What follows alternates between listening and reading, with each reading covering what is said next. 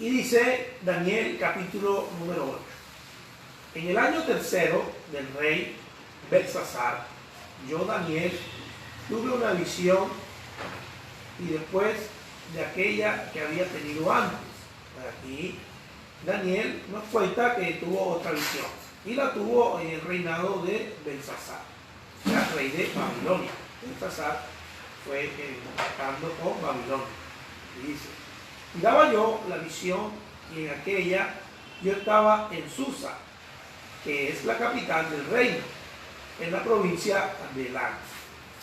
En la visión, pues, me veía junto al río Ulai, y alcé los ojos y miré, y había un carnero que estaba delante del río y tenía 2 cuernos. Y aunque los cuernos eran altos, uno era más alto que el otro, y el más alto creció después. Entonces, vemos aquí que está hablando de un carnero, hay una visión de un carnero. Bueno, más adelanto, antes de llegar abajo, que nos dice, se refiere al imperio medo-persa, que muestra sus dos reinos que tenía, que se unieron, el medo y el persa, donde uno de los dos, y uno de los cuernos, representa todo el reino, uno más alto que el otro, representa el más alto a Persia. Y dice: y vi que el carnero hería con los cuernos al poniente, al norte y al sur, y que ninguna bestia podía parar delante de él, ni había quien escapara de su poder. Y hacía conforme a su voluntad y se engrandecía. Vemos aquí que así como creció el imperio persa de norte a sur y seguía engrandeciendo y no había quien lo contuviera.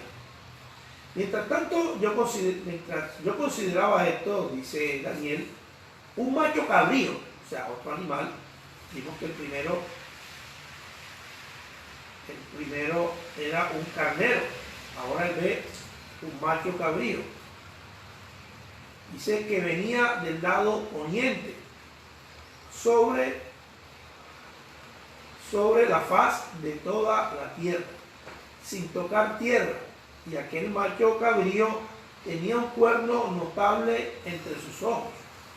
Vino hasta el carnero de 2 cuernos que yo había visto en la ribera del río, y corrió contra él con la furia de su fuerza. Bueno, este carnero, este macho cabrío, se refiere al imperio griego, y está diciendo que viene con furia y con fuerza.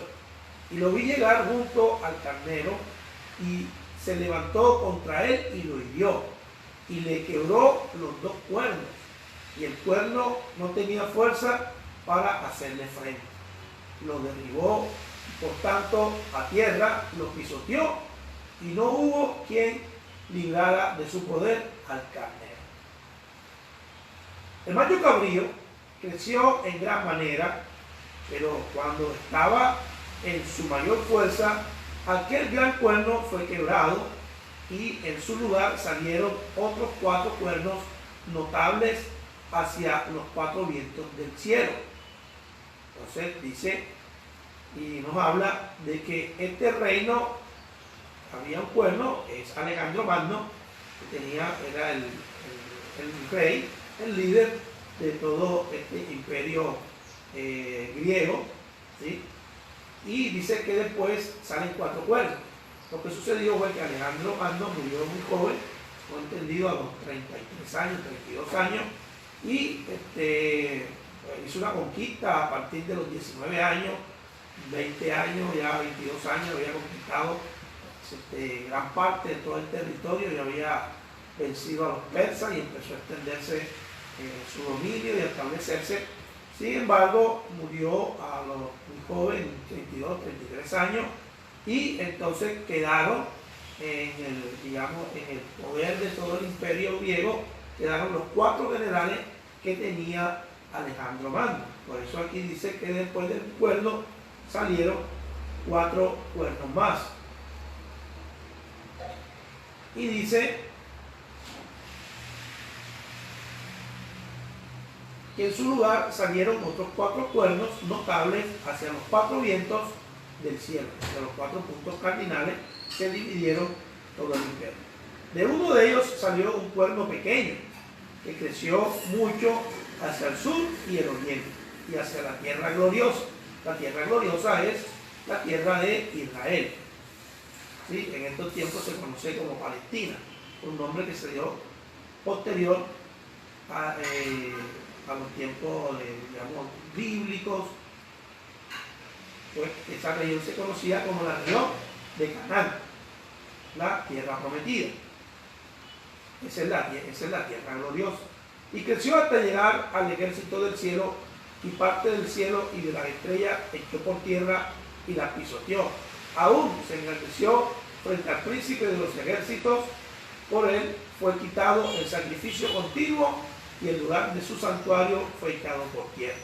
A causa de su prevaricación le fue entregado el ejército junto con el sacrificio continuo.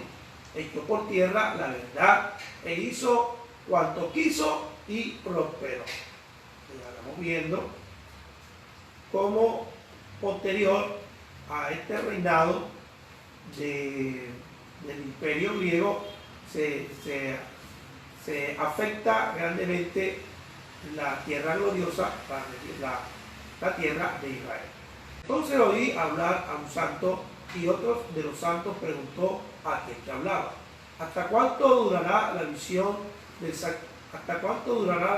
sacrificio continuo, la prevaricación asoladora y la entrega del santuario del ejército para ser pisoteado? Y él dijo: hasta 2300 tardes y mañanas. Luego el santuario será purificado.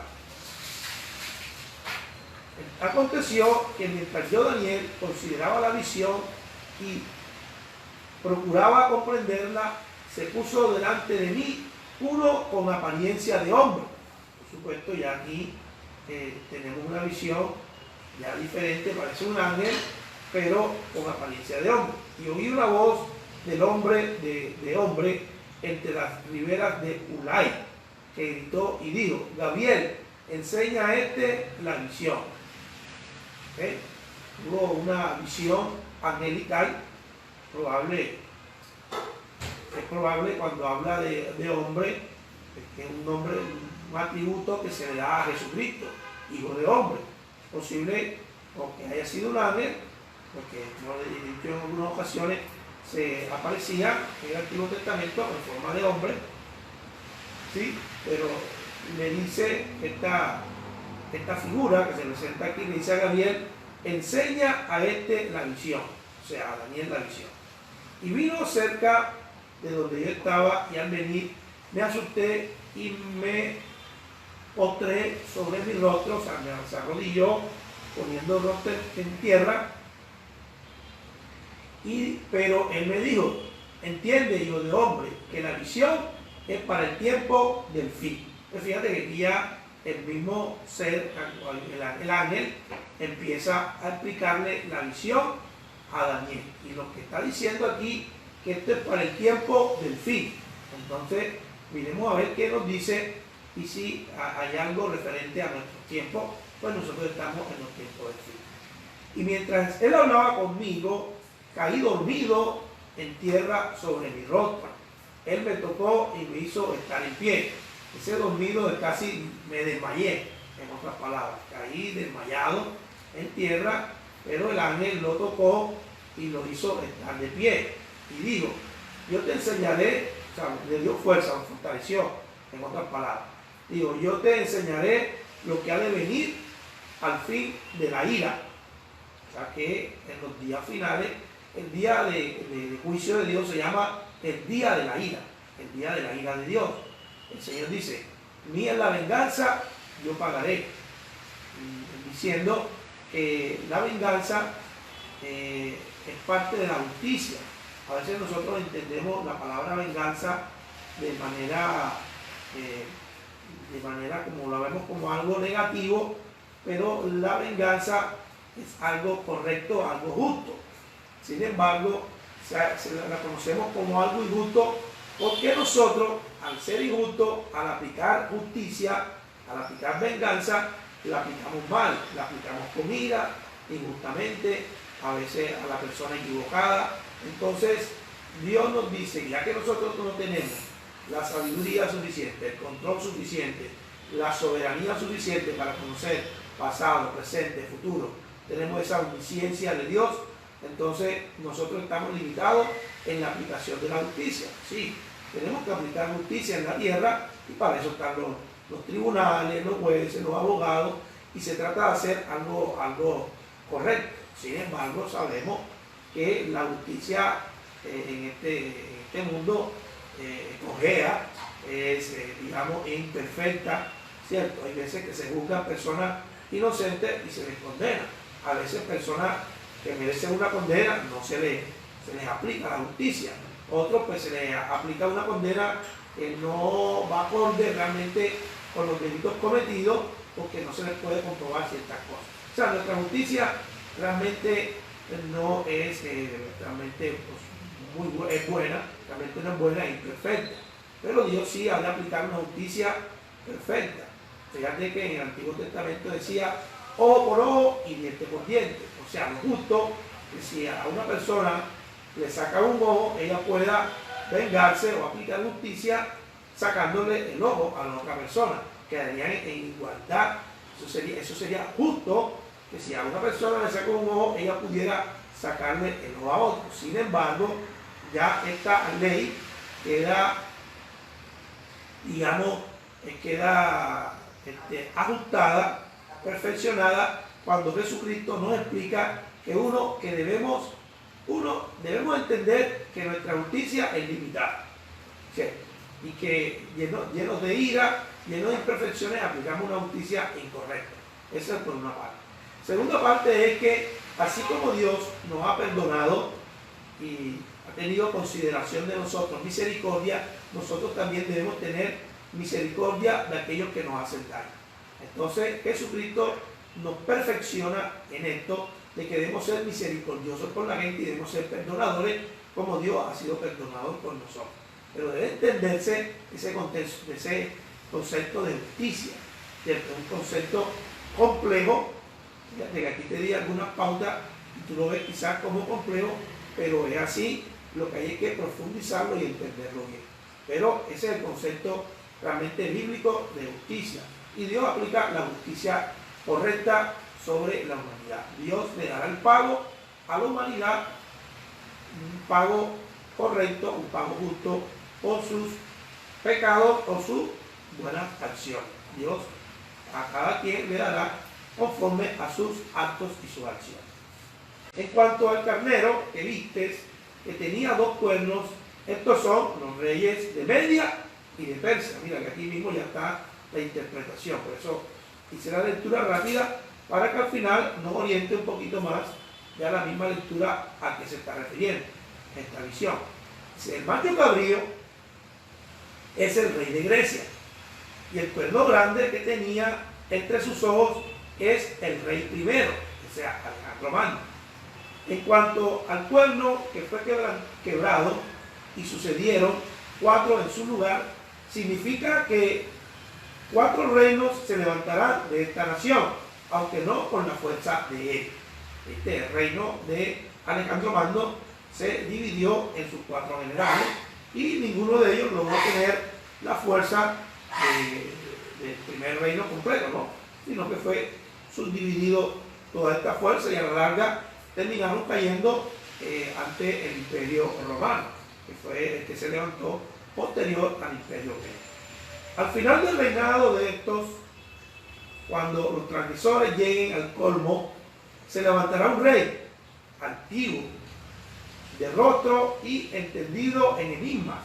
Su poder se fortalecerá no con fuerza propia, sino que causará grandes ruinas, prosperará, actuará arbitrariamente y destruirá a los fuertes y al pueblo de los santos. Es parecido a lo que leímos arriba, ¿cierto? Que llega hasta la tierra santa, ¿sí? Entonces aquí nos está hablando que de ellos se levanta prácticamente otro reino. Y este reino, por supuesto, ya sabemos que es el reino del Imperio Romano, ¿cierto? Que es el que se levanta y destruirá a los fuertes y al pueblo de los santos. Y eso fue real. Primero los vencieron en el año anteriores a Jesucristo. Antes de que Jesucristo naciera, el Imperio Romano, 50 años antes, había tomado control de la Tierra Santa. ¿Sí? En la última batalla, y el Imperio Romano toma el control hasta que nuevamente, mantuvieron el control ahí, hasta que nuevamente siguieron la rebeldía del reino de Judá, o el reino de Israel, contra el Imperio Romano, y en el año 70 es destruida prácticamente Jerusalén, y es cuando se destruye el templo de Jerusalén en el año 70, bajo el mando del general Tito.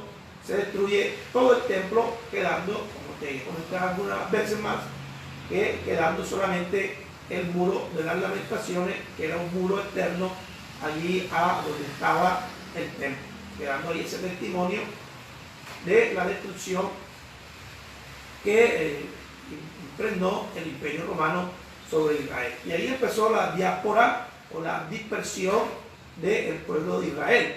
Empezó a marcharse de las regiones y tomaron regiones en Europa, se desplegaron también a África, un poco más hacia el oriente de Asia, y digamos se desplegaron hasta que después, cuando se levantó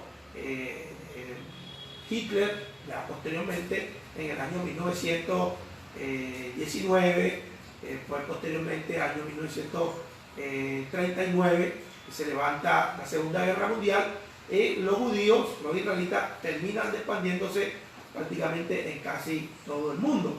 Fíjate, pero aquí está hablando de ese reino que se levanta posterior al Imperio griego y de los pactos generales del Imperio griego.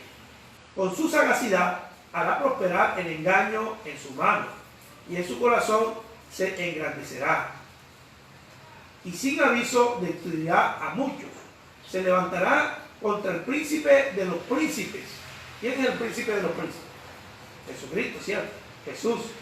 Se levantará contra el príncipe de los príncipes, pero será quebrantado, aunque no por mano humana, ¿cierto?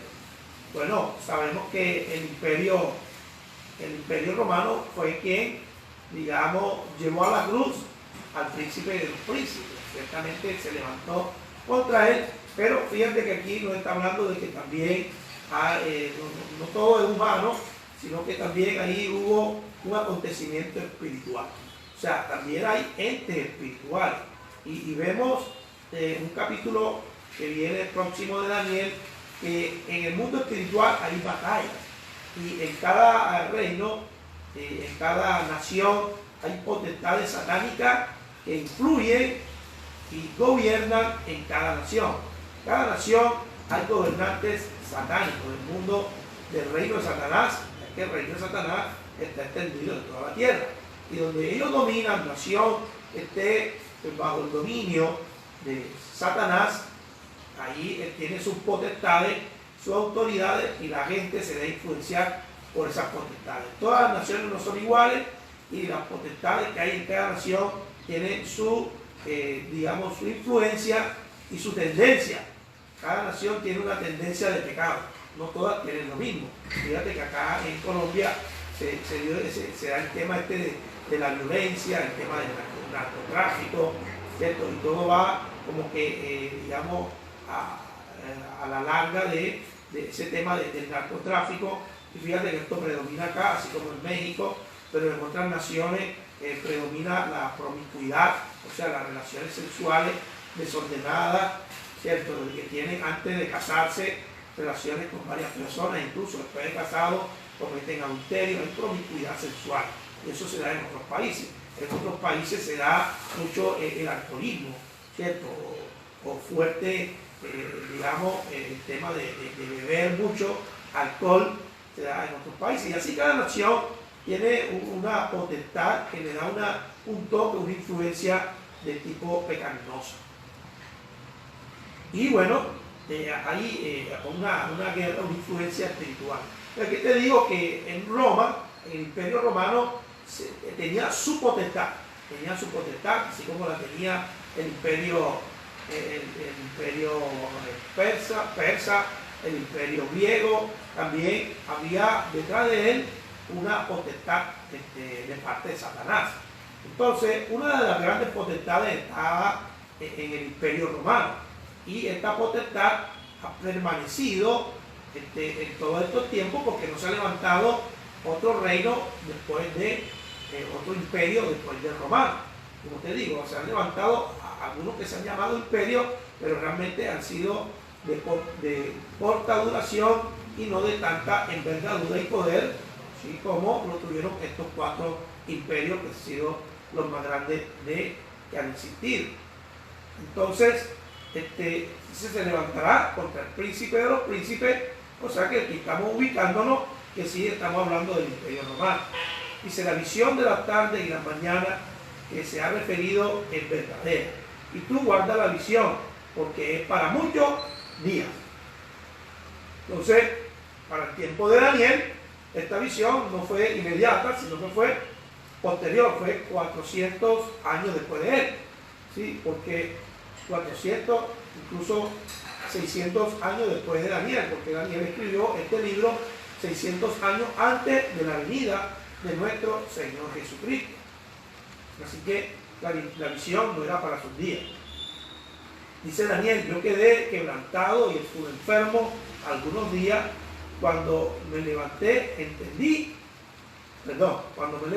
atendí los negocios del rey, pero estaba espantado a causa de la visión y no la entendí. Dice Daniel, por supuesto, podía llegar a la magnitud de entender todo, pero está expresando la profecía, y podemos nosotros sí ver que todas estas cosas se cumplieron, y que también Jesucristo fue entregado, el príncipe de los príncipes, fue, digamos, también afectado en el tema de cuando estuvo el Imperio Romano. Bueno, esta es la lectura del día de hoy. Ahí quiero añadir algo más, que esta acción de este reino que quebranta al pueblo santo y quebranta a Jesucristo, digamos que aquí empieza como un tema como cíclico, que te he explicado que la profecía empieza como que a crecer en medida, en magnitud, en fuerza, y a medida que va pasando el tiempo. Es decir, que fíjate que cuando leímos Apocalipsis, dice que se levanta de estas naciones, de este digamos, régimen, digamos, de esta mentalidad romana.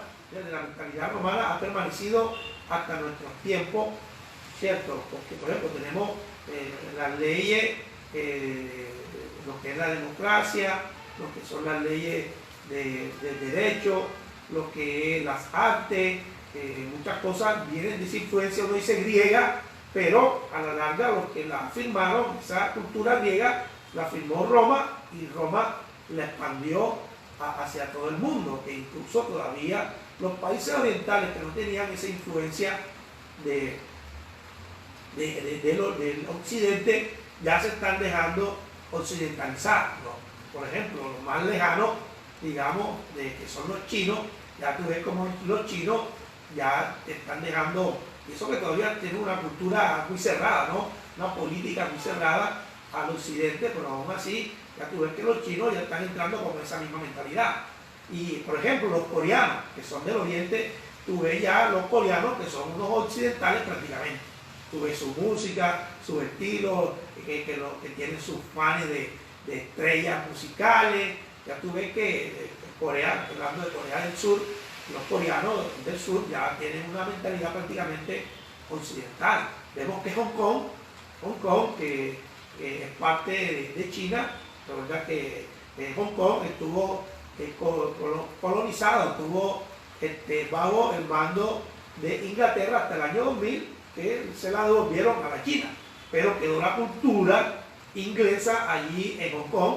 Y ahora ahí, si tú miras, abre los noticieros, un periódico, y busca busca que te hable de Hong Kong. En estos días hay una lucha donde buscando parar esa influencia de Hong Kong en el resto de la China, políticamente le están, digamos, neutralizando muchas de sus costumbres que adquirieron de los ingleses, porque están viendo que esa mentalidad occidental está entrando mucho en la China. O sea, lo que te quiero decir es que esta potestad que salió del Imperio Romano, esta potestad espiritual, todavía está influenciando en todo el mundo. Y por eso es que es un poquito confuso cuando llegamos al tema del Imperio Romano, y ahí se confunden un poquito las profecías, porque tienen que ver aún con nuestro tiempo. Tuvo que ver en el tiempo pasado, cuando estuvo el Imperio Romano, pero tuvo que ver posteriormente cuando, por ejemplo, se levanta ese movimiento de la Inquisición que surge de la Iglesia Católica, donde hay persecución de los cristianos, donde los cristianos son muertos, todas estas cosas. Fíjate que hay una persecución de los santos, y han habido persecuciones a través de los tiempos hasta llegar a la máxima persecución que va a ser en los tiempos del anticristo, y donde el anticristo, también nos dice en el Apocalipsis, vencerá al ejército de Israel hasta que realmente hay una intervención divina y es repelido y es vencido entonces el anticristo. Entonces vemos que esto va a ir en una secuencia cíclica. Hay gente que pensó que, por ejemplo, cuando vieron a Hitler, cuando vieron a Napoleón, algunos pensaron que eran los anticristos. O sea, ha habido personas que se han levantado como anticristos o dan esa imagen de que inician un gobierno de amor, un gobierno de prosperidad, de progreso, de beneficio para todos, pero después se cambia esta forma y se convierten en gobiernos autoritarios y gobiernos que llevan muerte y maldad hacia las personas. Entonces, este ciclo se va a repetir. Antes que venga el anticristo, no sé si ha de haber otro gobierno más así parecido, que también, así como el de Hitler, no sé, posiblemente no, ya la cosa está más bajo control. Sin embargo, pudiera que se levantara algún movimiento, ¿no? Todavía en Europa, posiblemente. Pero es probable que no, sino que ya el próximo movimiento sea el del mismo anticristo. Quería añadirte eso para que tengan en cuenta entonces que vendrá, entonces se levantará nuevamente alguien, un líder mundial que traerá paz, y con los sistemas tecnológicos que ahora, que si nos ponen un chip, que si tendrán control en las casas. O sea, había una forma de mantener la paz en el mundo a través de la parte tecnológica. Entonces va a traer paz, va a traer prosperidad. Fíjate, todo el mundo está en una crisis, y ahí es donde se aprovecha y salen esos líderes a decir: yo tengo la solución. La solución para la crisis mundial económica es esta, para la crisis en la salud es esta. Y entonces ahí implementan políticas donde nos mantienen bajo control a la población, y surgen esos líderes que la gente proclama y se van detrás de ellos porque traen soluciones a la humanidad, tienen carisma, muestran sabiduría, inteligencia, y el anticristo mostrará obras grandes y maravillosas, la cual la gente se asombrará y lo seguirá. Entonces ese es el proceso que ha de seguir posteriormente. Así que aquí está una profecía, y que en su momento pues trajo confusión a Daniel, y por supuesto para nosotros tampoco es tan claro, pero ya vimos que muchas de estas cosas sí traen cierta claridad, porque ya vimos que se cumplieron en su tiempo. Bueno, entonces hasta allí dejamos el capítulo de hoy, y miraremos mañana el capítulo 9, Dios mediante. Oremos entonces. Padre que estás en los cielos, te doy gracias, Dios, por este día, por esta lectura, por el alimento que a través de ella nos diste.